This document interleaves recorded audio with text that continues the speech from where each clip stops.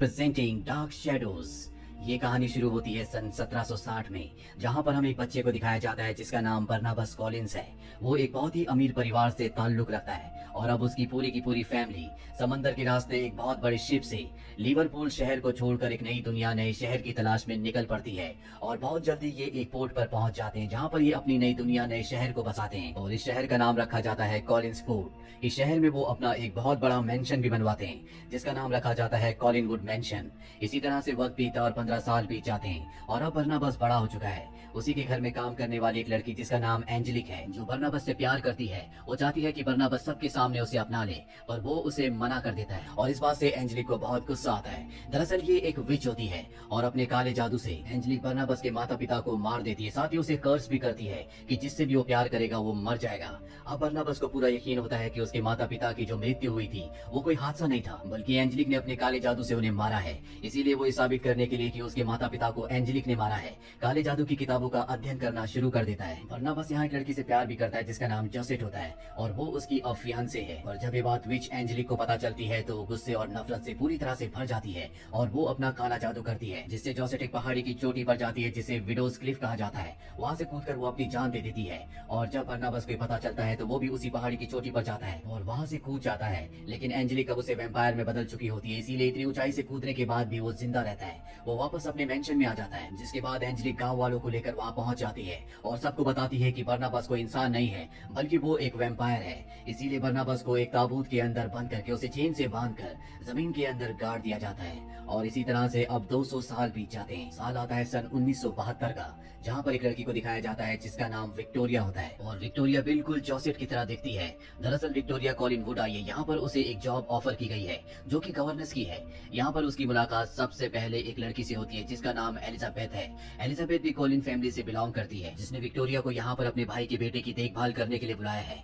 दरअसल उसके भाई के बेटे को ऐसा लगता है कि उसकी मॉम, जो कि अब इस दुनिया में नहीं है, उसकी आत्मा आज भी बार बार उससे मिलने के लिए आती है। विक्टोरिया एलिजाबेथ से पूछती है कि डेविड की मॉम की मृत्यु कैसे हुई। एलिजाबेथ बताती है कि पानी में डूबने की वजह से। और अब रात को जब ये डिनर टेबल पर बैठे होते हैं तभी यहाँ पर एक साइकाइट्रिस्ट भी आती है, जिसे एलिजाबेथ ने अपने भाई के बेटे डेविड के लिए बुलाया होता है, क्योंकि बार बार उसका कहना होता है कि वो अपनी मॉम की आत्मा को देख सकता है। और तभी विक्टोरिया देखती है कि सामने सफेद चादर के अंदर कोई आकृति है, लेकिन विक्टोरिया नहीं डरती और ये डेविड होता है। दरअसल वो विक्टोरिया को यहाँ पर डराने के लिए आया था, लेकिन विक्टोरिया उससे बिल्कुल भी नहीं डरती। डिनर करने के बाद वो अपने कमरे में चली जाती है और तभी विक्टोरिया देखती है कि एक बार फिर से डेविड वही चादर लेकर उसे डराने के लिए आया है। और जैसी वो चादर हटाती है तो उसके पीछे डेविड नहीं बल्कि जोसेट होती है, जिसने आज से 200 साल पहले ऊपर से कूदकर अपनी जान दे दी थी। वो उसे कहती है कि वो वापस आ रहा है। वही हमें कुछ वर्कर्स को दिखाया जाता है जो खुदाई कर रहे होते हैं और तभी उन्हें जमीन के नीचे एक ताबूत मिलता है जो कि बरनाबस का ताबूत है। और जब वो उस ताबूत को खोलते हैं तो बरनाबस उससे आजाद हो जाता है। वो 200 सालों से आज भी जिंदा होता है। वो एक वैम्पायर है जो कई लोगों के खून से अपनी भूख मिटाकर यहाँ से निकल जाता है।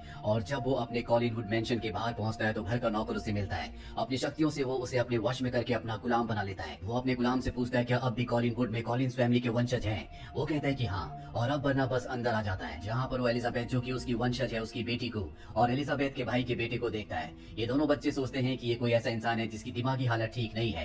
बरनाबस कहता है कि ये फोटो में जो इंसान है वो मैं ही हूँ। इस फोटो को बनवाने के लिए मैं कई घंटों तक इसी तरह से खड़ा था। और अब यहाँ पर एलिजाबेथ भी आ जाती है। एलिजाबेथ इसे कोई बहरूपिया समझती है जो बरनाबस का भेष बनाकर यहाँ पर आ गया है, लेकिन बरनाबस कहता है कि जल्दी तुम्हें मेरी सच्चाई, मेरी असलियत पर पूरी तरह से यकीन हो जाएगा। और वो एलिजाबेथ को अपने साथ नीचे तहखाने में ले जाता है जहाँ पर कोलिन्स फैमिली का खजाना होता है। और अब एलिजाबेथ को भी समझ में आ जाता है कि ये जो इंसान है ये और कोई नहीं बल्कि बरनाबस कॉलिन्स है। उसे बताता है कि मैं कोई इंसान नहीं हूँ, मैं एक वैम्पायर हूँ, लेकिन मैं वादा करता हूँ कि मैं कॉलिन्स फैमिली में किसी को भी नुकसान नहीं पहुंचाऊंगा। जिसके बाद रात को डिनर टेबल पर हमें दिखाया जाता है कि कॉलिन्स फैमिली को अब बरनाबस को इंट्रोड्यूस किया जाता है। एलिजाबेथ कहती है कि ये हमारे दूर के रिश्तेदार हैं। यहाँ पर बरनाबस को ये भी पता चलता है कि उसका खानदानी जो फिशिंग का बिजनेस था वो पूरी तरह से बर्बाद हो चुका है। और अब यहाँ पर विक्टोरिया आती है, जिसे देखकर बरनाबस पूरी तरह से हैरान हो जाता है, क्योंकि उसकी शक्ल जोसेट से मिलती है। खड़ा होकर उसे जोसेट कहता है और विक्टोरिया उसके पास आती है और उसे कहती है कि मेरा नाम विक्टोरिया है। वही हमें एक लेडी को दिखाया जाता है जिसका नाम एंजेलिक है और ये वही विच है जिसने आज से 200 साल पहले बरनाबस को वैम्पायर बनाया था। ये आज भी जिंदा होती है और इसी ने बरनाबस के पूरे शिपिंग बिजनेस को बर्बाद करके अपने बिजनेस को खड़ा कर लिया होता है। अब इसे पता चलता है कि एक रात पहले किसी को कोई ताबूत मिला था जिसके अंदर से कोई निकला और सबको मार दिया। और जब एंजेलिक वहां जाती है तो वो समझ जाती है कि बर्नाबस आजाद हो चुका है। इसीलिए वो कॉलिनवुड मेंशन जाती है जहाँ पर उसकी मुलाकात बर्नाबस से होती है। बर्नाबस उससे कहता है कि तुमने मेरे पूरे के पूरे फिशिंग बिजनेस को अपने कब्जे में कर लिया। वो कहती है कि अब वो बिजनेस मेरा है और ये कहकर वो वहां से चली जाती है। और अब बर्नाबस किसी भी तरह से अपने खानदान की खोई हुई इज्जत को, उसकी प्रेस्टीज को वापस लाना चाहता है। सबसे पहले वो कॉलिनवुड, जिसकी हालत बहुत ज्यादा खराब हो चुकी होती है, उसको पूरी तरह से ठीक करवाता है। साथ ही शहर में वो फिश का बिजनेस करने वाले कुछ बड़े व्यापारियों के पास जाता है। उन्हें अपनी शक्ति से वो अपने वश में कर लेता है, जिसके बाद वो उसके साथ काम करने के लिए मंजूर हो जाते हैं। और अब बर्नाबस एक बार फिर से अपने खानदान का काम यानी अपने शिपिंग कॉर्पोरेशन को एक बार फिर से शुरू कर देता है। बर्नाबस जब वापस घर आता है तो वहाँ पर जो साइकाइट्रिस्ट होती है, जो कि एलिजाबेथ के भाई के बेटे के लिए यहाँ पर रुकी होती है, उसे बर्नाबस पर शक होता है। इसीलिए वो उसे हिप्नोटाइज करके उसके बारे में सब कुछ जान लेती है। और अब उसे पता चल जाता है कि बर्नाबस एक वैम्पायर है। वो एलिजाबेथ से इस बारे में बात करती है। एलिजाबेथ कहती है कि बर्नाबस घर पर रहने वाले किसी भी इंसान को नुकसान नहीं पहुंचाएगा। वही बर्नाबस, जो कि अब विक्टोरिया से प्यार करता है क्योंकि उसकी शक्ल जोसेफ से मिलती है, उसे इम्प्रेस करना चाहता है। लेकिन उसका जमाना कुछ और था और आज का जमाना पूरी तरह से अलग है। इसीलिए वो एलिजाबेथ की बेटी से पूछता है कि मैं किस तरह से किसी लड़की को इम्प्रेस कर सकता हूँ। मैं आजकल के तौर तरीके सीखना चाहता हूँ। वो बर्नाबस को बताती है कि तुम्हें यंगस्टर से बात करनी चाहिए, उनसे मिलना चाहिए। बर्नाबस ऐसे ही करता है, लेकिन उन सब से बात करने के बाद वो सभी को मारकर उनका खून पी जाता है। और जब वो घर पर आता है तो साइकाइट्रिस्ट उसे कहती है कि अब मैं तैयार हूँ।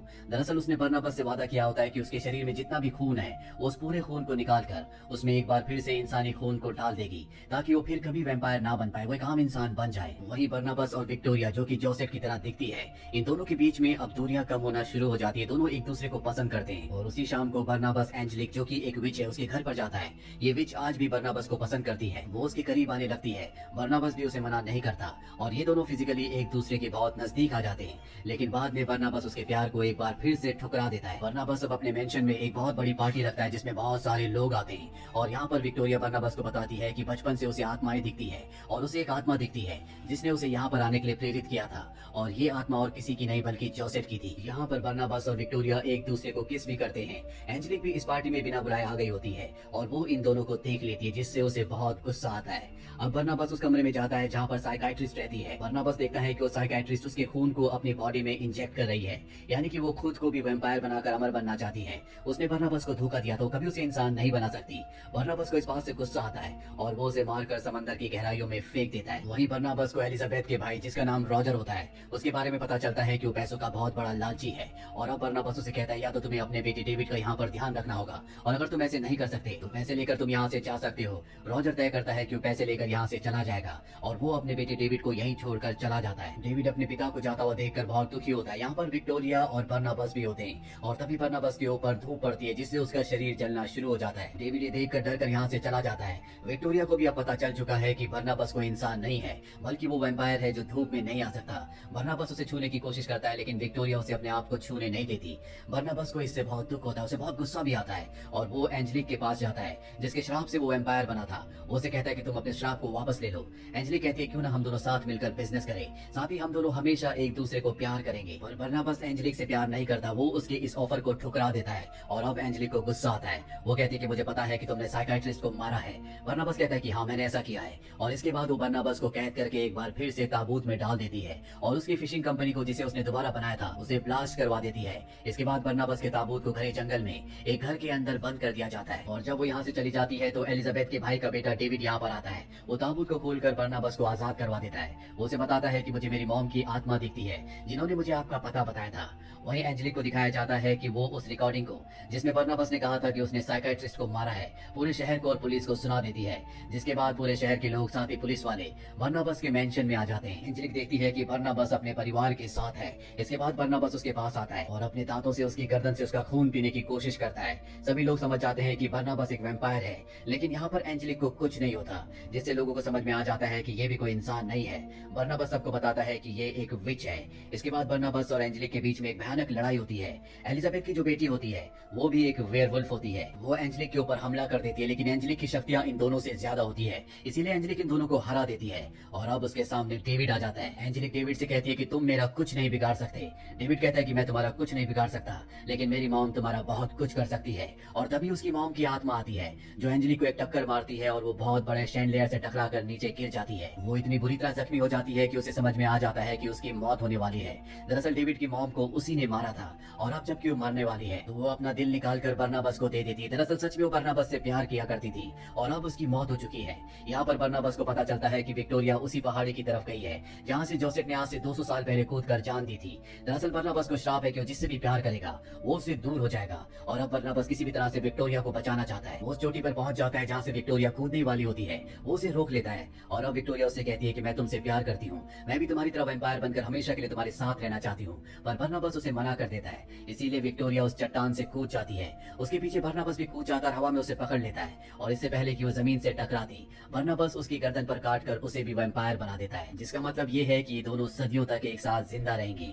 वहीं पानी के अंदर हमें साइकाइट्रिस्ट को दिखाया जाता है जो अपनी आंखें खोल लेती है क्योंकि उसने अपने शरीर में बरनबास का खून डाला था, जिस वजह से वो भी अब वैम्पायर बन चुकी है। बरनबास को लगता है कि अब सब कुछ ठीक हो चुका है, लेकिन उसे नहीं पता कि जिस साइकाइट्रिस्ट को उसने मारा था वो भी अब वैम्पायर बनकर जिंदा हो चुकी है। तो ये थी पूरी कहानी फिल्म डार्क शैडो की। ये फिल्म ईयर 2012 में रिलीज हुई थी। IMDb पर इसकी रेटिंग है 6.2। उम्मीद करते हैं कि ये कहानी आपको पसंद आई होगी।